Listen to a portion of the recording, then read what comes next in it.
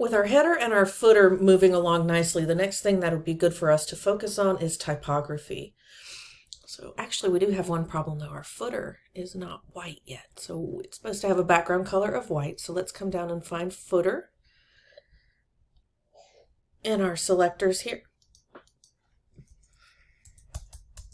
And give it a background of white. Okay, so now with our headers and footers in pretty good shape, it'd be a good idea for us to start focusing on typography a little bit. Now, this is where I really want you to pay attention to that base font size that you've created, and you'll understand why a little bit later.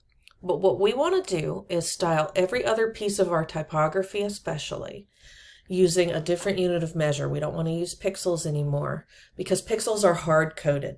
And if we got our typography perfectly proportional, using pixels, and then we wanted to change it, we would have to change every single one individually. But if we declare this base font size and then we use the rem unit of measure, which means relative ems, and they all refer back to this number, then if we wanted to change that hierarchy, we actually only have to change this one number and everything will adjust in proportion. Let me show you a little bit about what I mean. So what we want to do is have a typography section here. And we are going to start by adjusting H1. And let's go ahead and declare a typeface for each of these as well. H2, H3, H4, H5, H6. I'm just going to call each of those out individually. And right now the browser is giving them all margins on the top and the bottom, and it may be more than you want. They're somewhat proportional, so they're not terrible. But if I wanted to get rid of the margins on all of them, I could do that in this single compound selector by putting a comma between each tag that I want to select and giving them margin of 0. That starts to compress things quite a bit. So I personally was okay with the values that they had, so I'm not going to do that, but I just wanted to show you how that can work. But what I do want to do is declare a typeface for each one of these. So I'm going to declare font family. And then I'm going to take a look at those typefaces that I added through Google Fonts earlier. I'm going to come up here. I have two. I have Dosis and I have Platypi. And I can see that Platypi is my serif face and that Dosis is my sans serif face. So for my headings, I probably want to use my serif face because that's considered a best practice on the web. I don't need all of this. I just need this one line right here that declares the font family as Platypi and then serif. So I'm going to come down here. I'm going to replace where I typed font family, and I'm just going to paste all of that in. And if I've done it right, I'll see it change, right? If I've done the right connection here. And then the other thing that I can do is take the sans serif face, which is Dosis, and I'm just going to apply that to my HTML body so that it applies to everything else. And so now I'm starting to see different typefaces here, and I can see that this one also got applied up here to the navigation, and I actually kind of feel like the serif face there is a little bit heavier and might make more sense. So the first thing I want to talk to you about before I get much further with this is this whole discussion of these things that I keep talking about variables and I haven't really gotten to it for you yet. So what we want to do at the very top here, we're going to add one more heading for variables. And I'm going to make sure I comment that out. And then I'm going to type 2 colons and the word root in lowercase. And root is going to hold all of my variables. So I can actually start creating variables by naming them here. I name a variable by doing 2 dashes. And I'm going to choose font serif as one variable name. And then I'm going to create another values. Font sans serif. I'm just going to do font sans. And a colon. And instead of typing those typefaces over and over again, because I'm still not sure I want to use these, as a matter of fact, I'm pretty sure I might not want to use these. So I'm going to instead move this value of my sans serif into this variable. So it's still the full value as well as all the way to the closing semicolon. And I'm just naming this variable using 2 dashes. What I can do then is for my font family, instead of typing this name, I can type the word var and then parentheses. And when I start typing those dashes, I'm going to be given my options. Now this one, I'm not getting an option because I haven't completed this line of code, and so it's getting confused, but I can choose font serif and I can change this to font sans. And it's not applying yet, but I can fix that in just a minute. I'm going to come down here to my serif face and I'm going to do the same thing. I'm going to move that into my serif variable instead.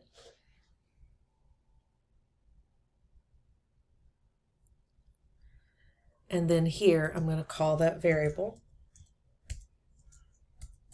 And now you see how both of them are showing up. I just have to complete that statement. So I'm going to call font serif.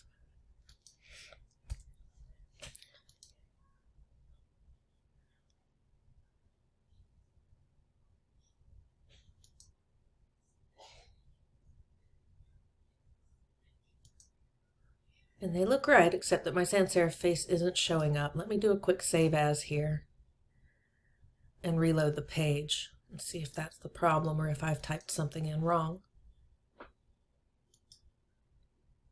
Clear my cache real quick, just in case that's the problem.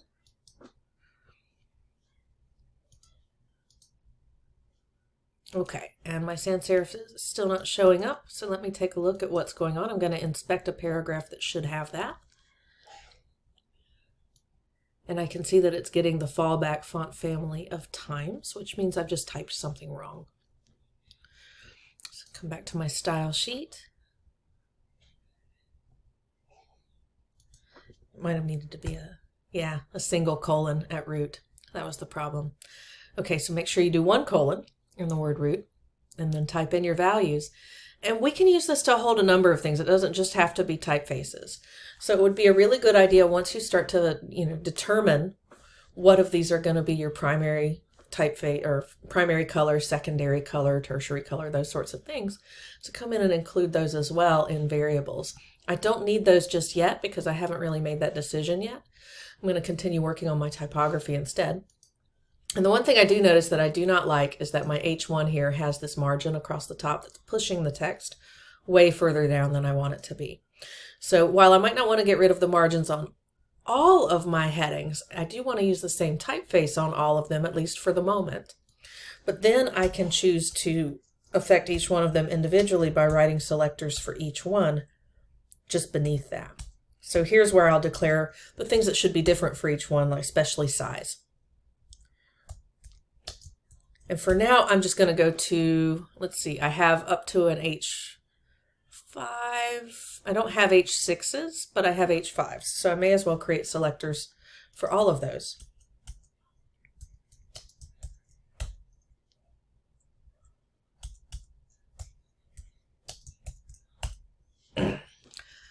And paragraph text is going to get the default, right? So I don't need to declare a font size for paragraph because I've already done that by declaring it on HTML and body. But my list items are not necessarily going to get those same defaults. So I may still need to declare some things to flesh those out. But one thing I do need to do that's part of my assignment instructions is to make my M tags. So this text that we were given for the style guide comes in with these little bits of text wrapped in emphasis tags next to each one. And what this is doing is labeling what these are. So we need to make them look a little bit different so that they don't blend in with this, but so they look more like an annotation that's explaining what it is. But that's the first thing I'm going to handle. I'm going to do a different background color for it of, let's see, I'm going to use one of my brand colors here. I think I'm going to go with this kind of a blue, dusty blue color.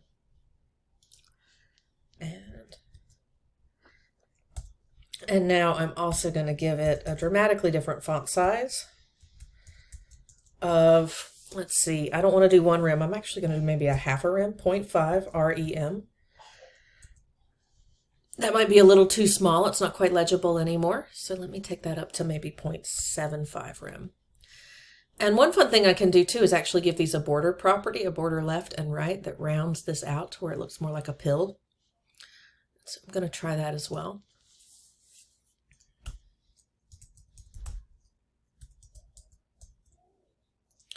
Give it a border radius of 50%. This is maybe a little much. Let's try a border left radius of 50%. Oh, look, it's giving me border top left, border bottom right.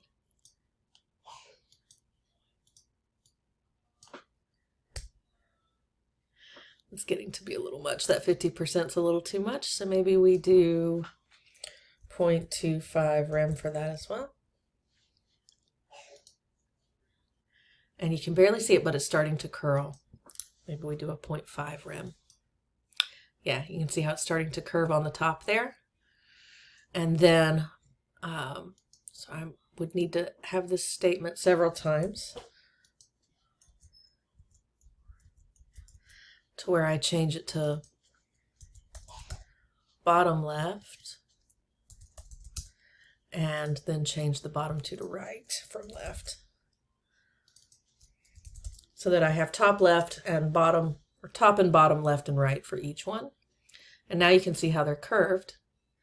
And now just to get them to push off of that a little bit, I need to give them some padding. So I can give this element padding all the way around of around 0.25 rem. If I wanted that to be different for top and bottom versus left and right, which I might, I could give top and bottom 0.25, and then I could give left and right 0.5. And that starts to look a little bit more even all the way around. But now these look like definitely labels, and they're not quite as obvious, you know, they don't blend in quite as much with these, especially with like the H1. The next thing I want to do is get rid of that margin at the top of the H1. So I'm going to grab margin top. And I know I'm going through this somewhat quickly, and hopefully you're starting to see how flexible this language is. There's a lot of different ways to achieve what you need to achieve. But that definitely helps with that spacing there. And I might come back and choose to remove or adjust the margins on these. One of the things I really don't like that is a current trend right now in web design, is here to stay, is just making this text have a lot of breathing room. We need a lot more white space there. So in addition to the font size here, I'm going to come here and give it a line height property of probably at least 1.5 rem.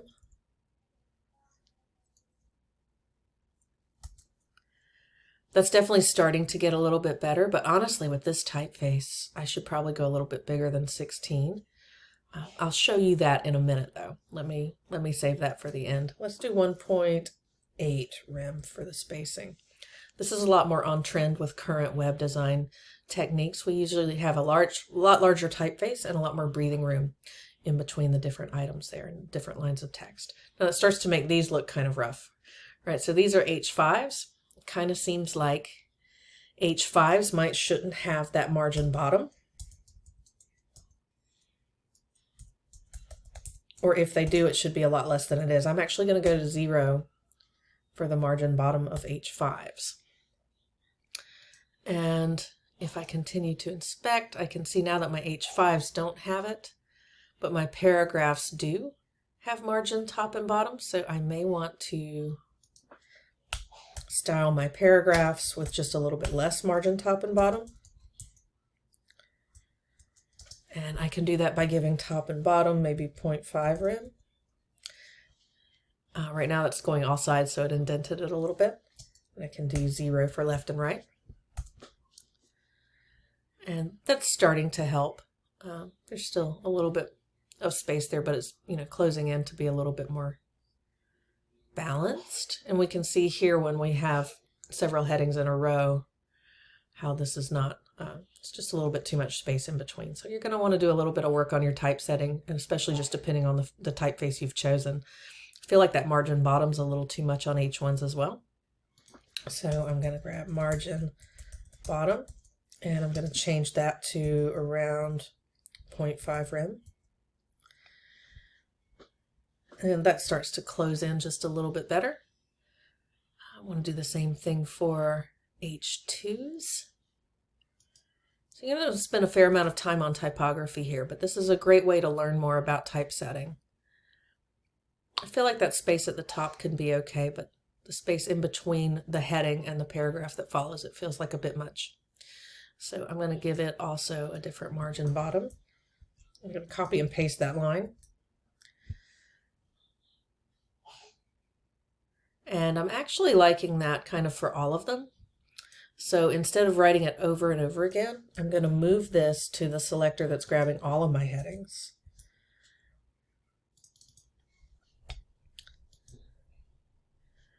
And then I can choose to style the hierarchy of the size of the type by using rims as well. So you do want to stick with rims for anything that you want to keep in proportion.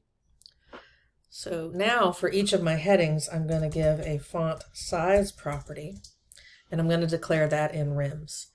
So for my H1s, it should probably be right around twice the size of the paragraph text. So I'm going to go with 2 rim. You can see that did make that a little bit bigger. And then I can take that same property and just adjust it for my other selectors. So for my H2s, I'm going to go around 1.8. And then for my H3s, I'm going to go around 1.6. H4s, I can go 1.4. Then H5s, 1.25. Right? And I didn't do my H6s because I don't have any. But I could go ahead and put that in there. And just preemptively, I'm going to give my H6s at least a font size so that if I need one, which I probably won't, very rarely do these get used, I'm going to give it the same size as the body text of just 1 rim. And so now you can see in just a few minutes here how my typography has changed pretty dramatically. There's still some things that we should probably want to do. So I want you to keep that in mind as you're working through these, and I want you to use your skills in typography to try to achieve a balance. But overall, if you at least get to this point, you'll be moving in a pretty good direction for that. And the nice thing about that is if we get all of this styled and we feel like it's in proportion, which right now I'm not so sure it is. I feel like my H2 is a little bit too close to the same size as my H1. So I'm actually going to take that down to 1.75 from 1.8. That's a little bit better. And then my H3s I'm going to take down to around maybe a 1.5. And then my H4s, take those down to the 1.25 because there's a greater likelihood I'm going to use those. My H5s I can take down to a 1.15 or even maybe a 1.1. And of course, this isn't the only way I can create this hierarchy, right? I might not choose to use the same typeface for all of these. I might switch to something else on the smaller ones and maybe just use a bold face of the paragraph text, right?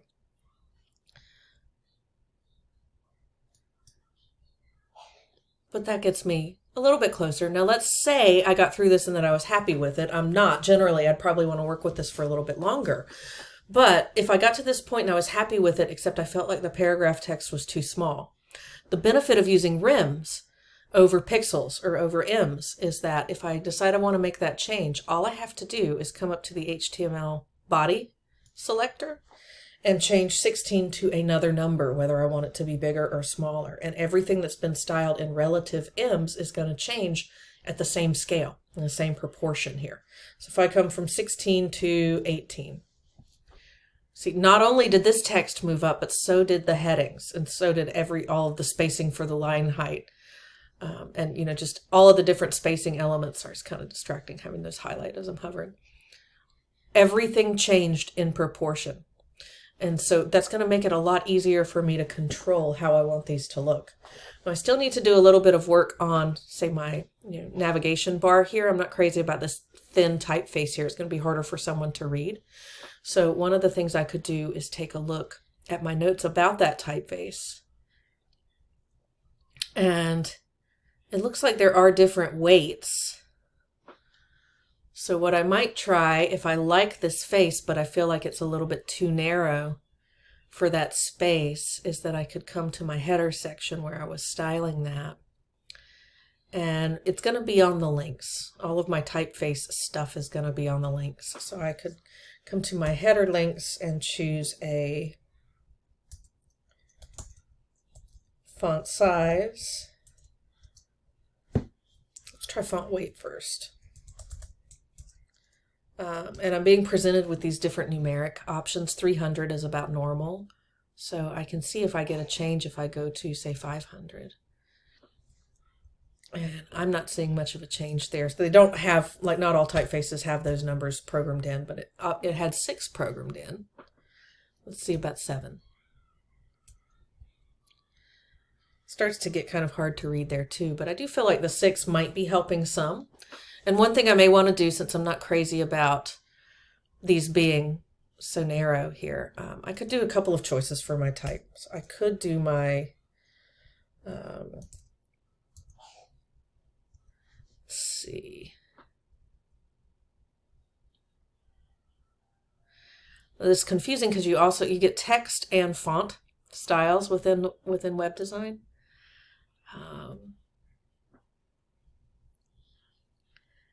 And I think I want to do font style.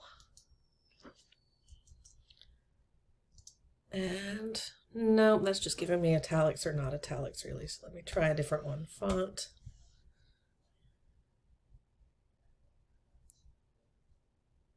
Variant, I think is it. Yeah, there we get like small caps, which are forced. We might not want to use them. I was just going to try to make mine all caps without having to force it. Let me see. I'll go small caps though. We'll see. It's kind of a dated look. I don't think I'm going to like this, but so I can do, I think it's text transform to go all uppercase. Yeah, let's go uppercase. That's a little better. And then the last thing I want to do is the equivalent on the web to kerning, which is letter spacing. So we have line height and letter spacing as our equivalents to leading and kerning. So I can do letter spacing for this, and I can choose maybe 1.5 rem. That's way too much, but you get the idea with that extreme, right? So maybe instead of 1.5, maybe we go 1/4 rem. We don't want a lot. I just wanted to space it out a little bit more so it's easier to read. That's getting better, but maybe not 0.25, maybe just 0.2. And I feel like that's moving in a better direction. I'm still not necessarily sold on the 2 typefaces I've chosen, and if you aren't, that's fine. Remember, you can go back and change them, and that's okay. But we're getting in pretty good shape with our type here, so the next thing we really need to talk about are links and to continue possibly building out our variables to contain some of our brand standards.